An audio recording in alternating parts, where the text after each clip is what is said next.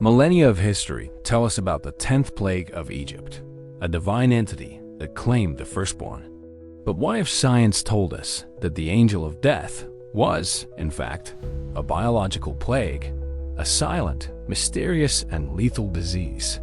Prepare to question the inexplicable and uncover whether the divine might have a scientific root. The biblical narrative of Exodus stands as one of the most monumental pillars of Western civilization. And the 10th plague, in particular, echoes with a dramatic and almost palpable resonance. In it, God, through Moses, delivers an ultimatum to Pharaoh: the liberation of the Hebrews or the annihilation of all Egyptian firstborn. The divine command was clear, almost poetic in its terrible simplicity. The angel of death would sweep through the land of Egypt, claiming the life of every firstborn, from the Pharaoh's heir to the firstborn of every animal. Only the Hebrew homes, marked with the blood of the sacrificial lamb on their doorposts, would be mysteriously spared from the impending catastrophe. For centuries, this passage has been interpreted as a direct act of divine intervention, an unequivocal demonstration of the power and justice of an omnipotent God. The description in the text is vivid and agonizing, a universal lament and intense cry erupting from every Egyptian household. With the advent of modern science, its investigative tools, and rigorous methodologies, scholars and thinkers began to revisit these ancient narratives. The objective was not to debunk them, but rather to explore the possibility of natural explanations for phenomena that, in the absence of scientific knowledge, were invariably attributed to the divine. This approach does not seek to discredit faith, but rather to investigate whether what was perceived as a miracle might have had an earthly substrate, a natural manifestation that, due to the limitations of knowledge at the time, was interpreted as a supernatural force. This duality between the divine and the natural is at the core of our investigation, the starting point that invites us to question: was the angel of death truly a celestial entity, or the silent, relentless manifestation of a biological plague? The line between the mystical and the mundane, in this case, might be thinner than we imagine, and exploring this frontier allows us a richer, more multifaceted understanding of one of history's most enigmatic events. Grief spreading like a dense fog over the land, and the sudden, inexplicable death of thousands of lives in a single terrible night. The absence of a logical or scientific explanation for such an event only reinforced the idea of its supernatural nature, solidifying the angel of death as a divine messenger of retribution. Faith and narrative intertwined, offering a cohesive and comforting or terrifying, depending on one's perspective, understanding of a phenomenon of unparalleled proportions. Every Passover, the story is retold, perpetuating the memory of an event that marked the Tever's dead, foundation of a nation, and the irrefutable proof of the power of their protective deity. The belief in divine omnipotence, in its ability to directly intervene in human affairs to punish and protect, was cemented by this narrative, making it central to the identity and faith of millions. However, over the centuries, the human mind, by its very inquisitive nature, began to seek alternative perspectives for such cataclysmic events. Before delving into the 10th and most devastating plague, it's crucial to acknowledge that several of the plagues of Egypt have been meticulously analyzed under a scientific lens, revealing plausible natural explanations for events that for millennia were regarded exclusively as miracles. This perspective offers a new prism through which to understand the complexity of the phenomena reported in the Old Testament, without necessarily nullifying their spiritual significance. Consider, for example, the plague of water turned to blood. While striking, this phenomenon can be plausibly explained by a massive proliferation of red algae, an event known as a red tide or harmful algal bloom, or severe allergic reactions to massive insect bites or irritant agents released by the preceding plagues. The hail and firestorm, though dramatic, can be interpreted as a severe thunderstorm with intense lightning and unusually large hail, a phenomenon that, while rare in its intensity, is documented in various regions. In some interpretations, the fire could refer to the lightning accompanying the hail. The locust swarms which devastated crops and caused widespread famine are a recurring and well-known natural phenomenon in many parts of the world, where vast swarms can blanket the skies for miles and consume entire harvests in a matter of hours, leading to food shortages and famine. Finally, the darkness that covered Egypt for 3 days could have been an epic and prolonged sand and dust storm, a common phenomenon in the desert region bordering the Nile Valley. These storms, known as Khamsin or Habub, can be so dense as to completely obscure the sun, turning day into dark, suffocating night. With the death of fish in the Nile, which act as natural predators of insect larvae, this perspective does not seek to diminish the narrative's impact or spiritual meaning, but rather to offer an additional layer of interpretation, connecting the ancient to the modern and the mystical to the scientific. By opening this door, we question whether the 10th plague, the terrible angel of death, might also fit this pattern, revealing itself not as an entity, but as the culmination of a series of interconnected natural catastrophes that culminated in a tragedy of epic proportions. And amphibians, frog populations would have exploded in search of a more hospitable environment, invading homes and cities. The putrefaction of dead frogs and fish would have created a fetid, unsanitary environment, conducive to the massive proliferation of flies and lice. This widespread infestation, combined with a lack of access to clean water for personal hygiene, would have facilitated the rapid and generalized spread of skin diseases like boils and other infections, exacerbated by population stress and deteriorating sanitary conditions. The pestilence on livestock in turn fits perfectly the description of an epizootic, a contagious animal disease that spreads rapidly like rinderpest or anthrax, often linked to precarious sanitary conditions, contamination of water sources and pastures, and the abundant presence of insect vectors.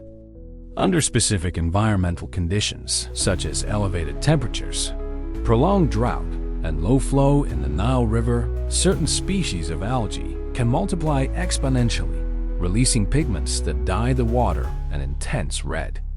Crucially, these algae consume large amounts of oxygen during decomposition, leading to anoxia in the water.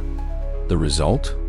Mass death of fish and other aquatic organisms, rendering the water unfit for consumption, bathing, and agriculture, exactly as described in the Bible. Similar phenomena, though on a smaller scale, are still observed in rivers and lakes globally, demonstrating the recurrence and destructive potential of such natural events.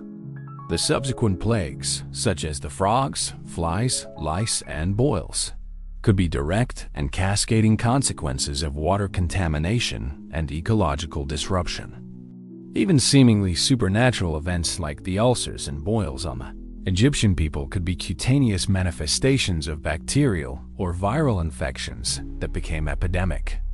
These examples underscore the fascinating possibility that biblical events, while imbued with profound religious significance, may have had natural causes that, in the absence of scientific understanding, were interpreted as divine manifestations. The premise that the angel of death might have been a silent and lethal disease gains remarkable solidity when we examine pathologies that, throughout history, disproportionately affected the most vulnerable populations, especially children. In environments of poor sanitation, overpopulation, and unhealthy living conditions, infectious diseases spread with terrifying virulence and speed. Certain illnesses show a devastating impact on young children, whose immune systems are still developing and, therefore, are less capable of fighting off pathogens, or on individuals with weakened defenses due to malnutrition, stress, and other adverse conditions that compromise overall health. In many ancient cultures, the firstborn, often the eldest son, but not exclusively, held a privileged position and responsibility within the family and society, but rather a tragic consequence of the social order. Dietary practices and sanitation conditions of the time combined with the inherent biological vulnerability of children. A detailed analysis of these diseases and their patterns of spread provides a solid framework for understanding how an event of such magnitude could have occurred without the need for direct supernatural intervention. This perspective, however, in no way diminishes the terror, mystery, and overwhelming grief that the survivors of that night would have experienced, nor the profound cultural and religious impact the event generated. This could imply that they were the first to have access to freshly prepared food or to stored foods that were considered the most valuable and, paradoxically, the most prone to contamination if not handled or stored correctly.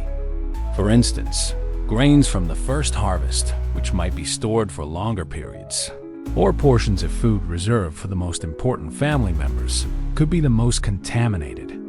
If these food or water resources were compromised by toxins or pathogens, the firstborn would be the first to be exposed to a significant infectious or toxic load, and, consequently, the first to fall ill and succumb more abruptly and severely than other family members. The high bacterial, viral, or toxin load in food stored under unsanitary conditions could have caused a rapidly progressing disease with high lethality, especially in children who are physiologically more vulnerable and whose detoxification systems are not yet fully developed. One of the most emblematic examples of this vulnerability is diphtheria. This is a severe bacterial infection caused by Bacterium diphtheria, which primarily attacks the upper respiratory tract. It forms a thick membrane in the throat and tonsils, which can lead to airway obstruction and, in severe cases, the release of toxins that affect the heart and nervous system, resulting in heart failure and paralysis. Unvaccinated children are particularly susceptible, and mortality rates in outbreaks can be alarming. Similarly, whooping cough caused by Bordetella pertussis, while often a manageable disease in adults, poses a deadly threat to infants and young children, causing uncontrollable and exhausting coughing fits that can lead to asphyxia, pneumonia, and brain damage. Before the era of modern vaccines, poliomyelitis also claimed countless child lives or left a trail of permanent paralysis, attacking the nervous system. Additionally, diseases such as salmonellosis, cholera, and other gastrointestinal infections are extremely dangerous for children suffering from dehydration and malnutrition. In an ancient society like the Egyptian one, where grain and food storage was rudimentary, without refrigeration or effective protection against rodents, insects, and bacterial contamination, and where personal and community hygiene was limited, food and water contamination was a constant and widespread threat. The consumption of untreated water or contaminated food, such as improperly stored grains or unpasteurized dairy products, could have triggered sudden outbreaks of diseases with rapid progression and high lethality, especially among the youngest, who have smaller energy reserves and a less robust immune system to combat aggressive infections.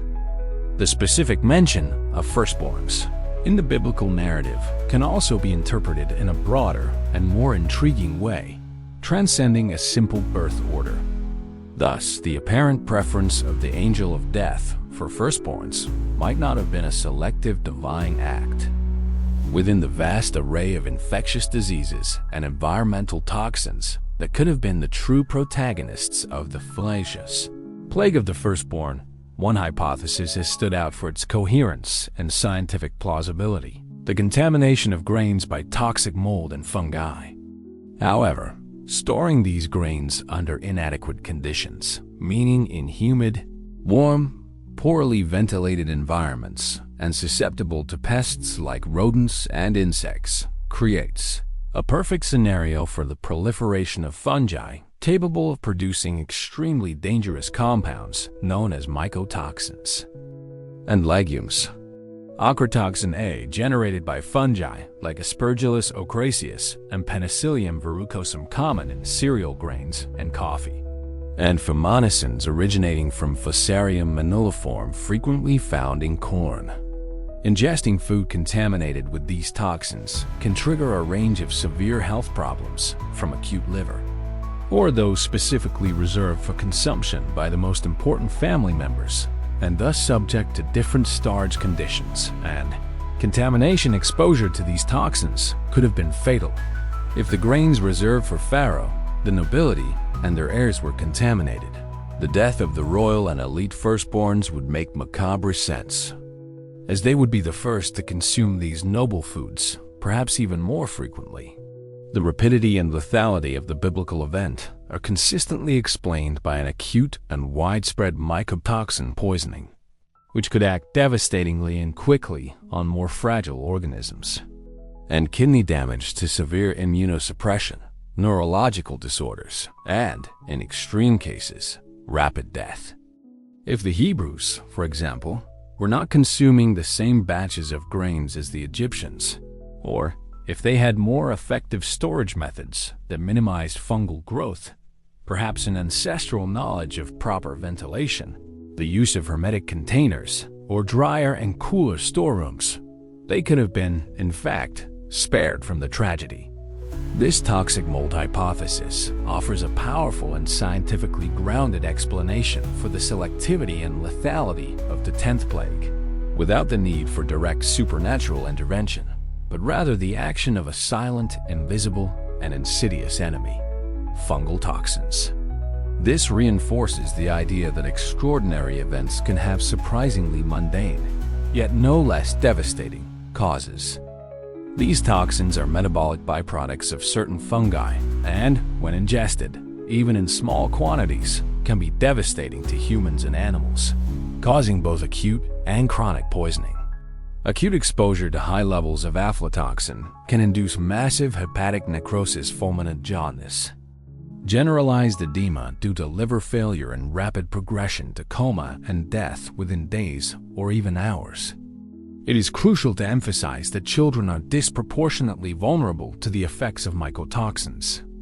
Their hepatic and enzymatic systems, still developing, are less efficient at detoxifying and eliminating these toxic substances, and their lower body weight means that a dose of toxin that would be mild for an adult can be lethal for a child.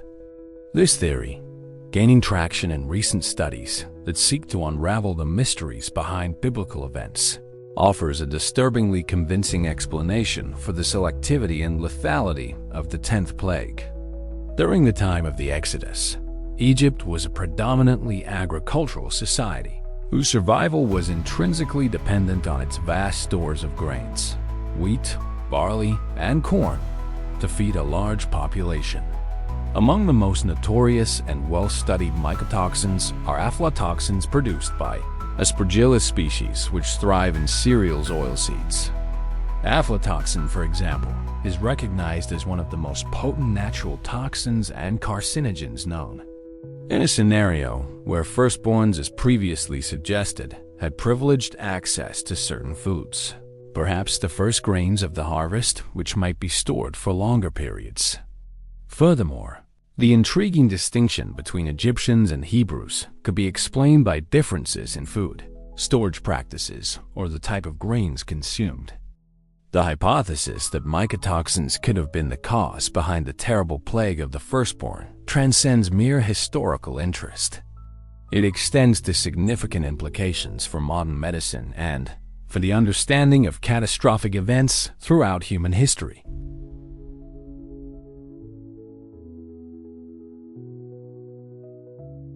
In Southeast Asia and various parts of Africa, for example, aflatoxis is a constant concern and a significant cause of outbreaks of acute liver diseases, such as fulminant hepatic necrosis and chronic liver cancer, often leading to death.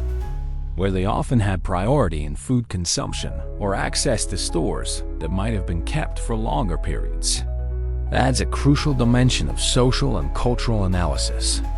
This multidisciplinary perspective, which harmoniously unites ancient history, modern science, and religious interpretation, allows for a more complete and nuanced view of the past.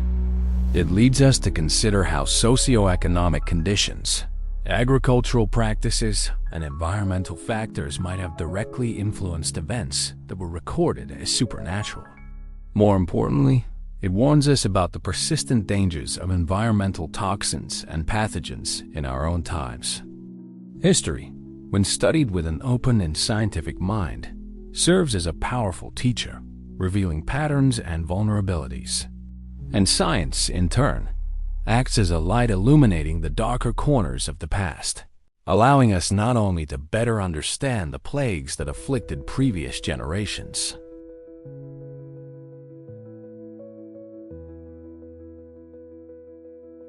A detailed understanding of how these toxins affect the human body, particularly the hepatic, renal, immune, and neurological systems, allows us to draw striking and consistent parallels with the biblical event.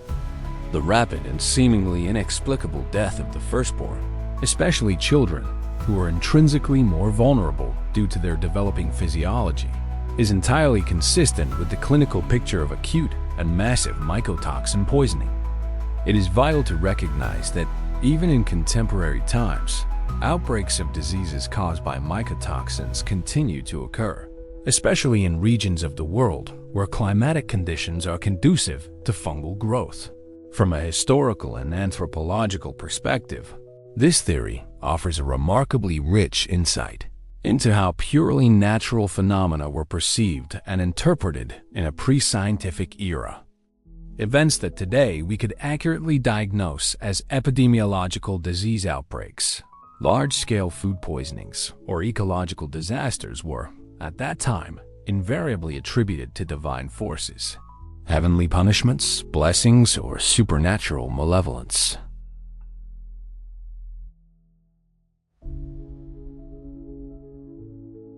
And in solidifying the observance of Passover as a perpetual memorial of the Hebrew people's liberation.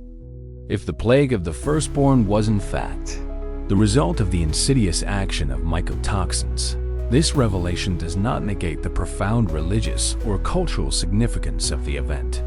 On the contrary, it enriches it with a layer of scientific understanding, adding fascinating complexity to its interpretation and a new angle for contemplating history and faith. Furthermore, the issue of the specific vulnerability of the firstborn in ancient societies. We have reached the culmination of our journey, where the question echoes with even greater force. Was the angel of death a divine entity that intervened in the destiny of a nation, or the terrible manifestation of a silent plague, invisible yet deadly?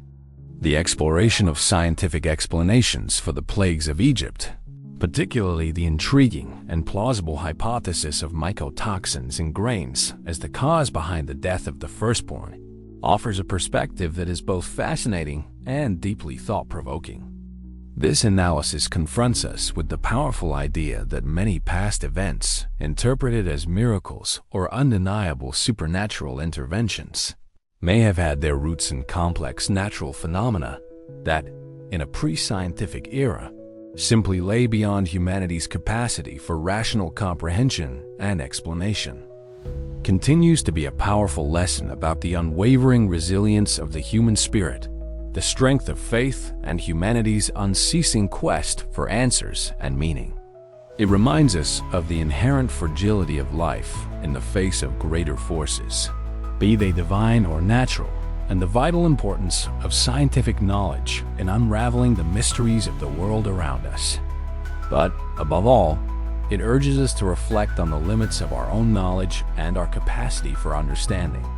There will always be aspects of existence that transcend our perception and analysis, that invite us to humble reflection, reverent awe, and wonder in the face of the unexplainable. The angel of death, in this context, remains a powerful symbol of this duality, the inexplicable residing at the delicate and fascinating intersection between faith and reason, between the divine and the biological. It challenges us to look beyond superficial explanations and to embrace complexity, allowing the mystery to continue inspiring us to curiosity and the unending pursuit of wisdom. Science does not seek to demystify history for its own sake, but rather to offer pathways to understand how people in the past interpreted their world and how natural forces might have manifested in events that changed the course of civilization. However, it is crucial to emphasize that this incessant pursuit of scientific explanations in no way diminishes the depth of the mystery surrounding these historical events, nor the enduring power of the narratives that describe them. On the contrary, it enriches them by offering an additional layer of interpretation. Science invites us to a more complete appreciation of the complexity of existence and the interconnectedness between the natural world and human perception. Even with the most advanced tools of modern science at our disposal, the vastness and intricate complexity of the universe and human life itself continue to present us with enigmas that defy our full comprehension. The piercing pain of loss, the overwhelming grief that spreads through a community, and humanity's relentless search for meaning in the face of tragedy remain universal. Deeply human experiences, regardless of whether the underlying cause is attributed to an angel or an invisible toxin. The human need to make sense of chaos and to find solace or lessons in cataclysmic events is a testament to our own nature. The story of the plague of the firstborn, whether interpreted as a divine miracle or an epic natural catastrophe, the angel of death hovers between myth and science, terrifying and intriguing. Whether a divine entity or a silent plague of mycotoxins, its shadow reminds us of life's fragility and humanity's incessant search for answers. What do you believe was the truth behind the 10th plague? The mystery remains, inviting us to ponder